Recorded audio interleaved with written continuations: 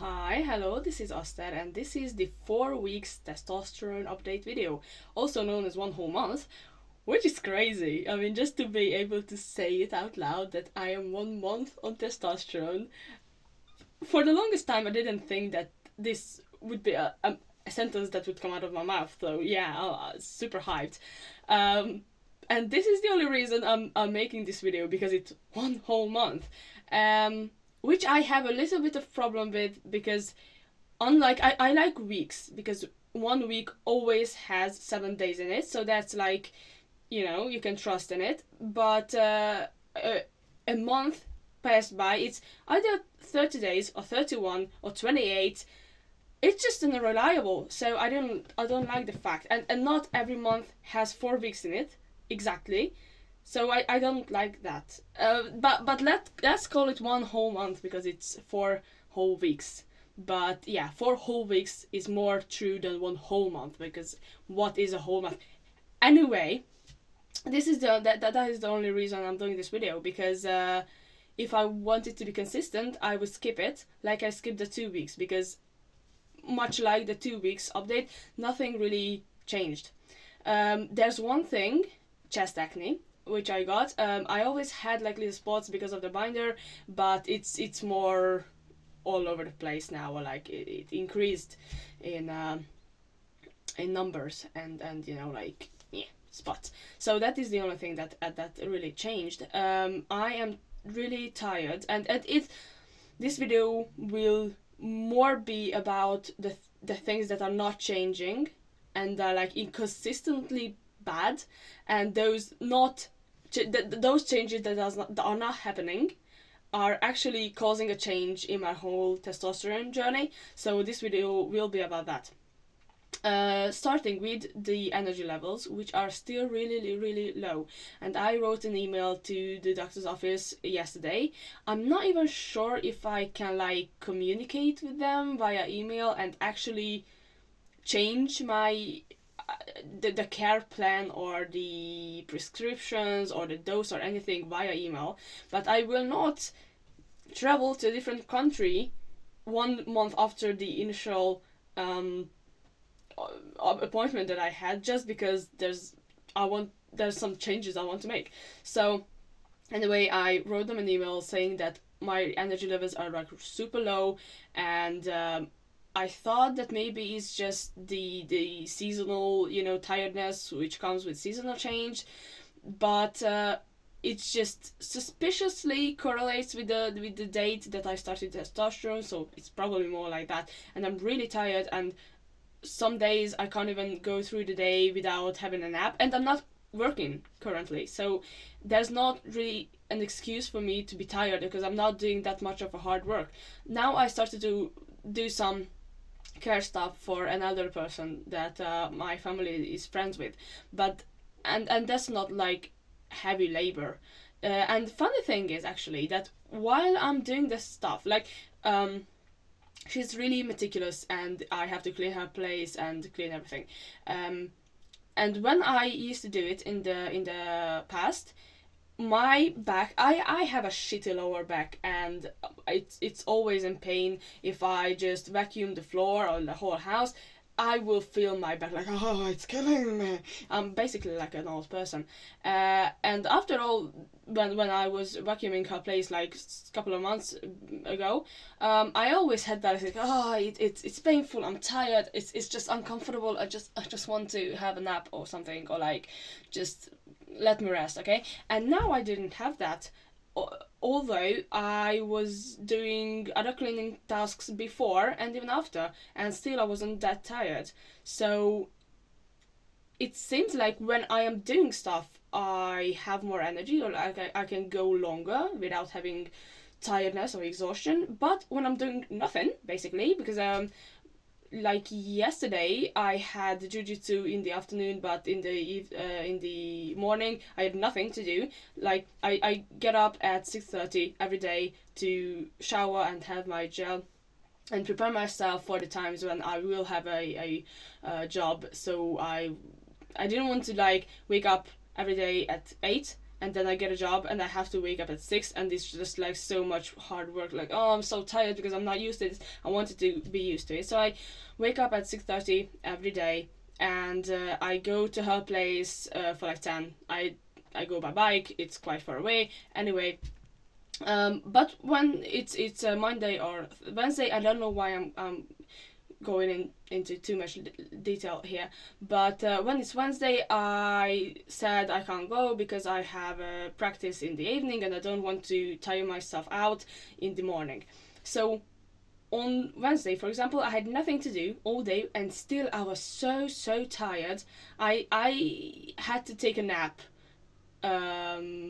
I mean, it was nice. I didn't have to take a nap, but the sun was shining. It was also warm and it was cozy, so I just lay down in the garden. But anyway, it seems like if I'm not doing anything, I get super tired. But when I actually do stuff, I can go longer. But after the task is finished, I'm super tired again. So the energy levels are not good, and I told about this to the doctors, and I haven't had a reply yet. But if they're not going to reply by tomorrow, because I want to up the dose. I want to be on 50 milligram a day instead of 25, because I really can feel it in my body that my testosterone levels are low, because this is not normal. And I will go into a little bit more detail about why I think my testosterone is low, and it's not just the energy levels. Although I experienced some changes, and I know that the changes are going to come slower because I'm on low dose, I know that, but still I experienced some changes, but still I know that. So the female range of testosterone is like really low. So even if my testosterone levels are lower than they should be, I will experience changes.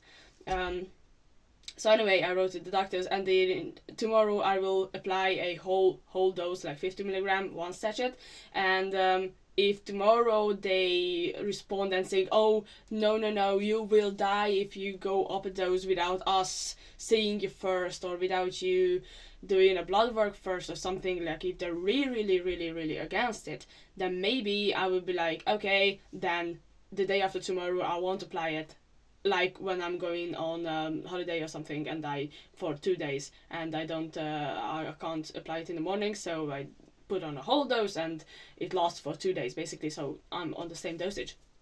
But if they won't even reply tomorrow, then I will just up my dose to 50 milligram. It's still half the dose of the normal dose. So it's still a low dose, just not the lowest dose possible, so it won't mess up. I will know the date exactly that I was 1 month on 25 milligram, and after the 1 month mark, actually 4 weeks, I switched up to 50 milligram. If in the future they have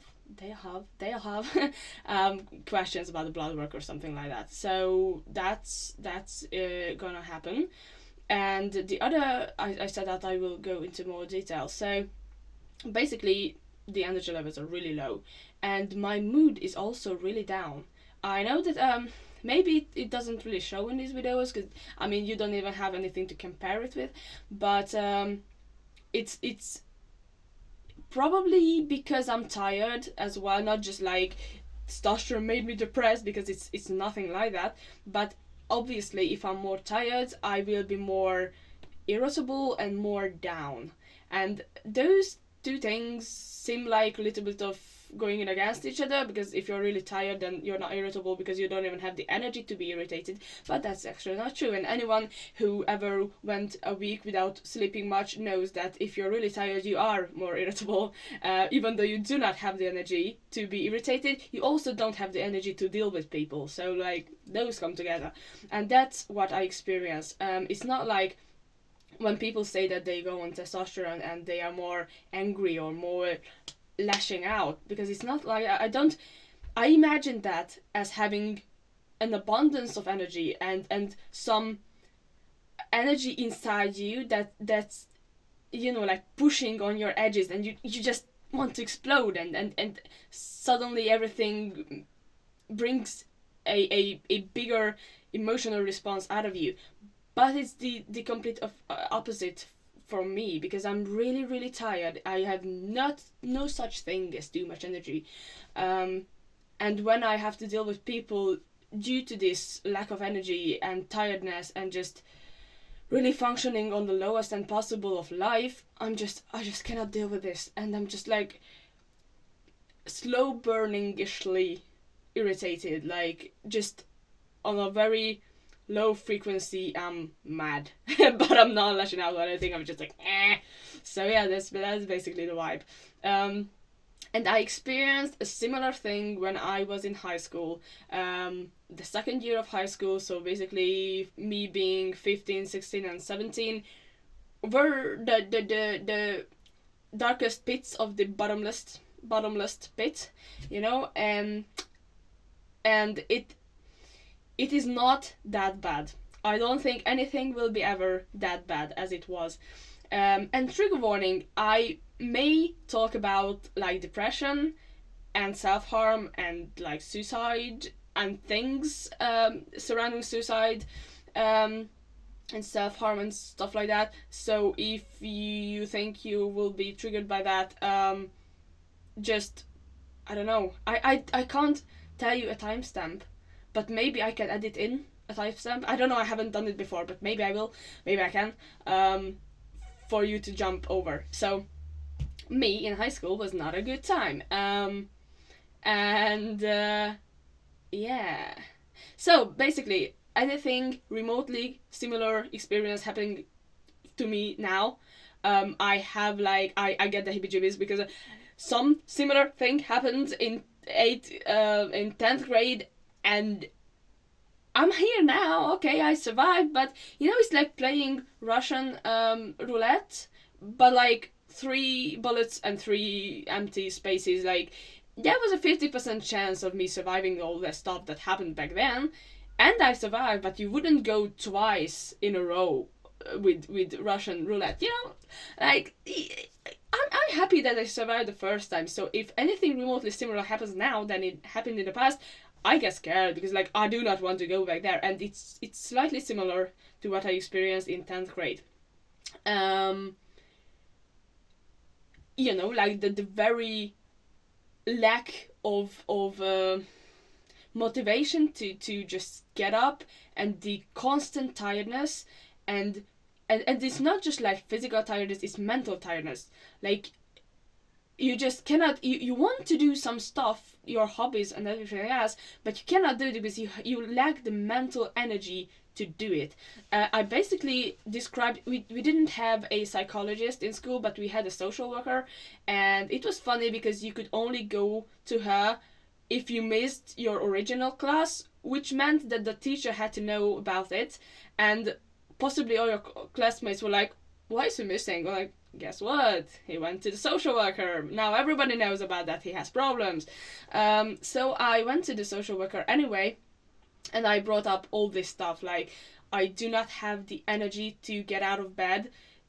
It literally meaning that sometimes I didn't have the energy to move my arms and legs. And I felt like the weight of the world was on me. And sometimes I just lay down for 20 minutes and I could not move for the life of me. It was like I'm paralyzed, but also my mind was equally tired. Like, I could not muster up the energy, the courage to get up.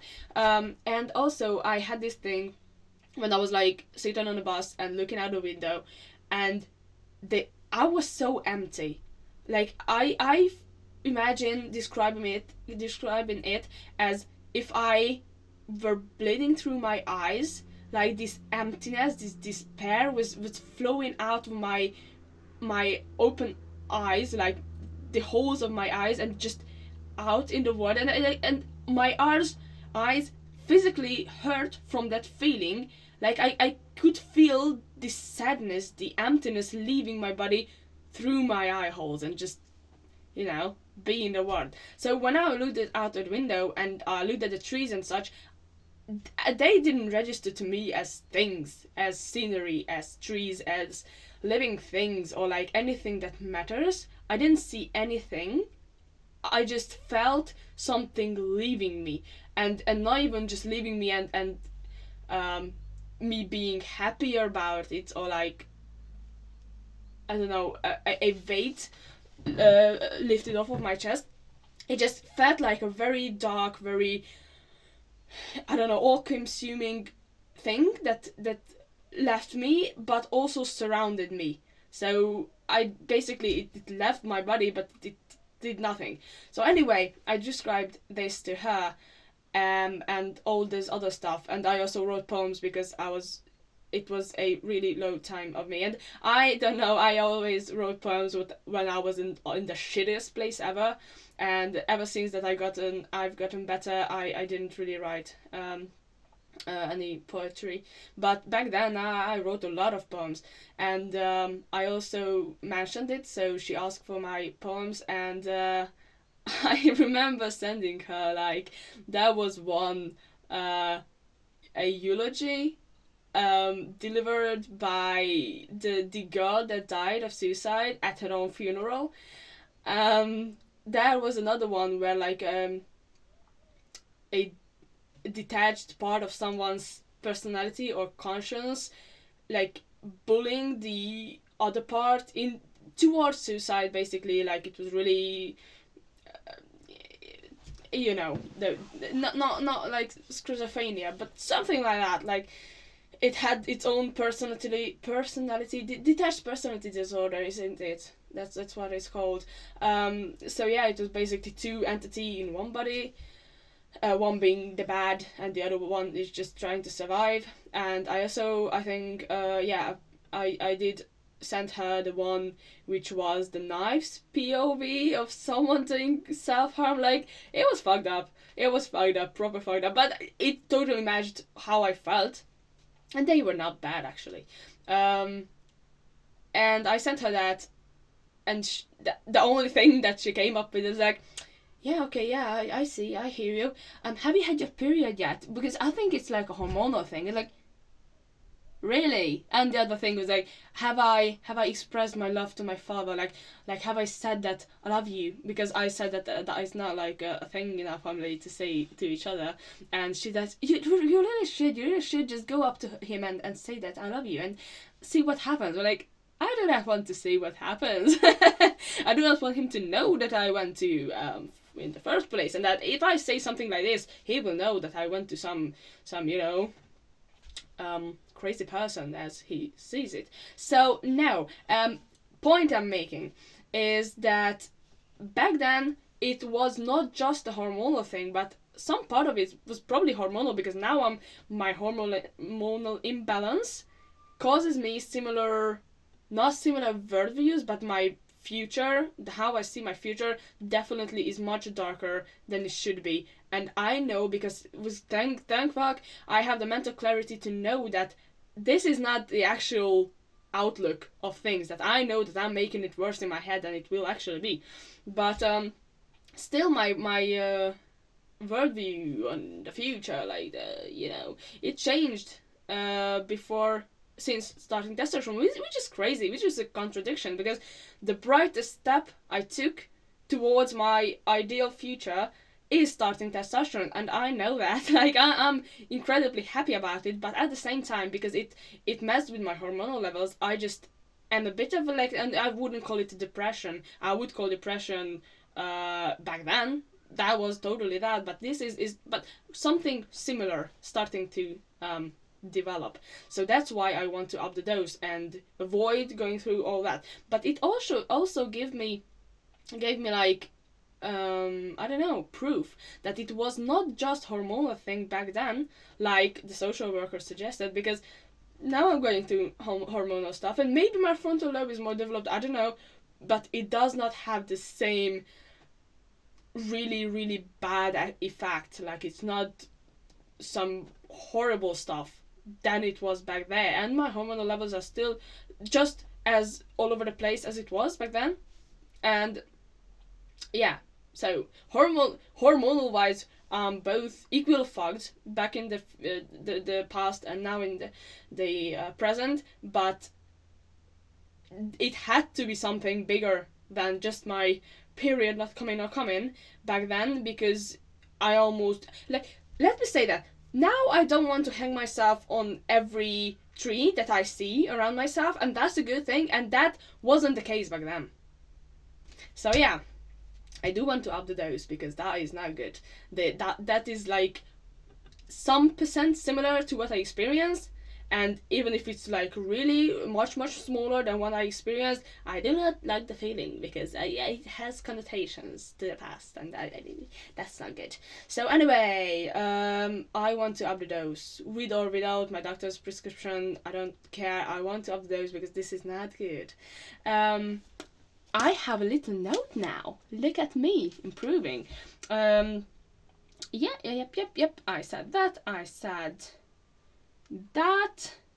Oh, I said everything on the note, and I still have some things to say. So yeah, that I forgot to say that at the 2 weeks update video I said it, but I didn't upload it, so you don't know that at the 2 weeks mark, my bottom growth visually grew, and ever since, sometimes it's more I forgot the word. Sensitive. So ever since, sometimes it's more sensitive. So I think that it's growing. I don't know, because I don't remember, and I'm really not good at like measuring something with my eye and see if it's changed, or I don't know. I'm really not good at this stuff. But I don't think that it changed since the 2 weeks mark. But the first week I said that I feel something going on, but I don't see any visual changes, I think, as much as I remember how it looked like before T, because as I said, I didn't really look. I had nothing, no business down there. But now, and even since the 2 weeks mark, it is visible. So that's a good stuff. That's really good. I told you about the acne. I don't know. You're the judges to that, if my face changed or not. I think that I gained a little bit of muscle. Because the lady that I was talking about said that was a really good day, actually. Because first she said that, oh, since I saw you, it really shows that you're going to jiu-jitsu practice, because I told her about that, because your shoulders are a lot broader, and your frame is like, it's changed. It's like, it did. And I was visiting her before I started testosterone, and was already like 6 months, seven months in jiu-jitsu. So it's clearly not just the jiu-jitsu, but she doesn't know about the testosterone, so she thought that it was the sport. It's actually both. But I think, yeah, and I think I noticed some shoulder building, muscle building stuff, so that's a good. And when we were saying goodbye, I locked the door to the garden, and I usually do that. I throw the key back in the house for her, not so she doesn't have to walk to the gate and back, because she's old, and she's an old person, and obviously I don't want her to walk if she didn't have to. So anyway, I tossed the key, and it didn't go in the open window, it went askew. And obviously she has trouble walking, so it's like, oh fuck. And I think she didn't even really register what really happened, but her fence is not that high, so I was just like pushing over, climbing out, and then jumping off, and then I put the key, and I came out. And she said, I don't know if you have it in English. Oh my god, it's 24 minutes. Ah, shit. Yeah, the depression talk made it longer than it should have been. Okay, so she said, I don't know if you have it in English, that when something is noticeable, like you experience traces of something in the other person, but it's not obvious, or it shouldn't be there, you say that something is lost in you. So if someone sings pretty good, but you didn't know that beforehand, then you can say that, oh, there's a singer lost in you. Maybe English has it as well, but Hungarian has it definitely. So she said, when I was just like effortlessly just jumping over the fence, basically, that, oh, you have a boy lost in you. I was like, Not as lost as you think, though. Look at me and say that it's lost. I don't know. I think I found him. He was lost for some time, but look at me, bruv. I don't think he's lost anymore. Oh, anyway, thank you for the compliment. So she said that there's a boy lost in me. He was like, hell yeah. I actually brought him to the surface. Thank you very much. It was my own work, and look at me now. But anyway, yeah, voice. I don't think it's changed, but I don't know. I cannot be the perfect judge of that. And I hope that when I up the dose to 50 milligram, because also there's a big chance that I will have the job in the Netherlands. It's not 100% yet, and it happened in the past that I thought that the job was secure and it was not, and I didn't get it. But it seems secure. So if it really goes how I think it will go, then by the 20th of March I will be working in the Netherlands and have my own sleeping place. Not home, but I have my own room shared with another person, and a way of income. So I can up the dose now, because even if the changes will come more rapidly, I won't be home, so it won't be a problem. I had some bad experience with this company. I mean, trans wise and dead name wise, but I hope that it was just the Hungarian part of this company, because they transfer workers to abroad. But I think that in the Netherlands it will be a lot better. At least I fucking hope so. And if not, I will just lie to the masses. I will just lie to my co-workers in the greenhouse and say that, yep, I'm a boy. I know what you're talking about. I already lied to a security guard when I was leaving the concert. It was like, he was like really chill about it. But oh, sorry to bother you. I'm sorry to ask this, but are you a girl, boy or a girl? I was like, a boy. I like, is the most natural, obvious thing. Like, I'm a boy. And I was like, oh, cool. And I think he said to his mate, like, see, I told you. Like, you know nothing, boy. But yeah, I mean, I was not wrong. He was not wrong that I'm a boy. It's just not the question that I knew he thought that he was asking. It was not the answer to that question. But the question itself is objectively, are you a boy or a girl? I'm a boy. You didn't ask what I was born in. Actually, it's really fine when your country is so behind that no one has the idea of trans in their mind. So when you say you're a boy, they don't like question and answer ended there. Like, don't even acknowledge the fact that I can be a trans man. Like, they are just oblivious like that. But yeah, that was cool. So what I wanted to say is that I can lie to my coworkers if needed, and I can just say that, yep, that's my name. I don't think my boss will go around to all 500 people and say that they say it's Reka, your new worker, and you know, like, obviously it won't happen. So I think that's all, and I hope I didn't forget anything. So peace out.